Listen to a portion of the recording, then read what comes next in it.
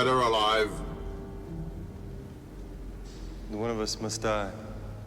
Dead, then.